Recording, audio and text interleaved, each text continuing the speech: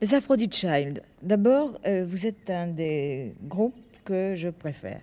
Ensuite... Merci. Merci. Dis merci. Merci. Ensuite, je voudrais que vous vous définissiez un petit peu parce que je crois qu'on ne vous a jamais entendu parler à la télévision. Et je voudrais que vous me parliez un peu de votre métier. Le métier qu'on fait, c'est un métier que beaucoup de monde connaît. C'est la musique, c'est l'artiste. C'est un bon métier, on aime beaucoup ça. C'est pas mal. Vous êtes grec. Oui. Vous êtes venu en France il y a combien de temps? Il y a 1 an. Ça fait 1 an exactement. 1 an. En même temps. Vous chantiez là-bas? Oui. Notre carrière, elle a commencé ici en France. Parce que là-bas, on ne chantait pas beaucoup, enfin, comme ça, de temps en temps. Oui. Et quand vous avez commencé, ça a marché tout de suite? Ici, en France, oui. On a eu la chance. On a eu la chance. For Rain and Tears, qui avait un grand succès. Et puis ça marchait. Et ça, c'était le début, parce qu'il nous a poussés. On peut le dire ça. Vous avez de la chance, mais vous avez aussi des voix et des instruments. Ah, ça, c'est On espère bien. On ne peut pas dire ça, nous, il faut les autres ils disent ça. Quand vous dites ça, nous, enfin, moi personnellement, nous, on croit à votre avis, vous voyez. Moi, de toute façon, je vous vois souvent à la télé, et je vois que est-ce que c'est n'importe quoi vous dites, c'est quelque chose de vrai. Je ne peux pas parler bien français, mais je comprends. Donc quand il veut, il parle de toute façon. Je parlais des instruments aussi parce que je crois que vous essayez de plus en plus d'introduire des instruments de votre pays dans la musique de rock. Oui, c'est quelque chose qu'on aime beaucoup, de faire ça.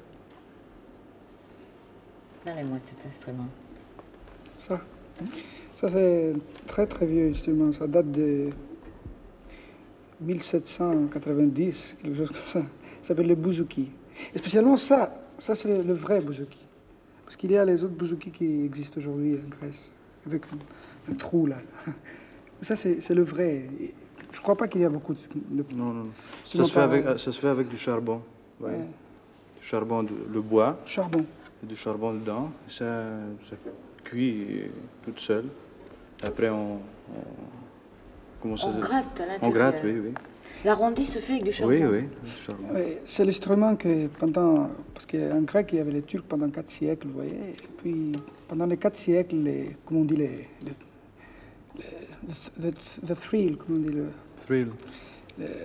Les légendes, comme on dit, et que les femmes grecques ils étaient enfermées dans leur maison pendant les 4 siècles des Turcs et ils chantaient la liberté de la Grèce avec ce instrument, le bouzouki. Enfin, c'est des légendes, je ne sais pas si c'est vrai. Mais ça, ce que je sais, c'est que ça, c'est le véritable bouzouki, vous voyez. Et on aime beaucoup le son de ce truc-là, parce qu'il y a beaucoup de choses intéressantes pour jouer avec ça. Puis, on essaye de jouer de musique moderne avec ces sons, vous voyez. Parce qu'on est grec aussi, c'est normal, non? Vous dites qu'il y a beaucoup de choses intéressantes. Oui. Les sons. Vous pouvez me donner un exemple? Oui, vous voyez ce son-là. C'est pas un son d'une guitare, ça. Même une guitare avec 12 cordes, elle n'a pas le même son, vous voyez.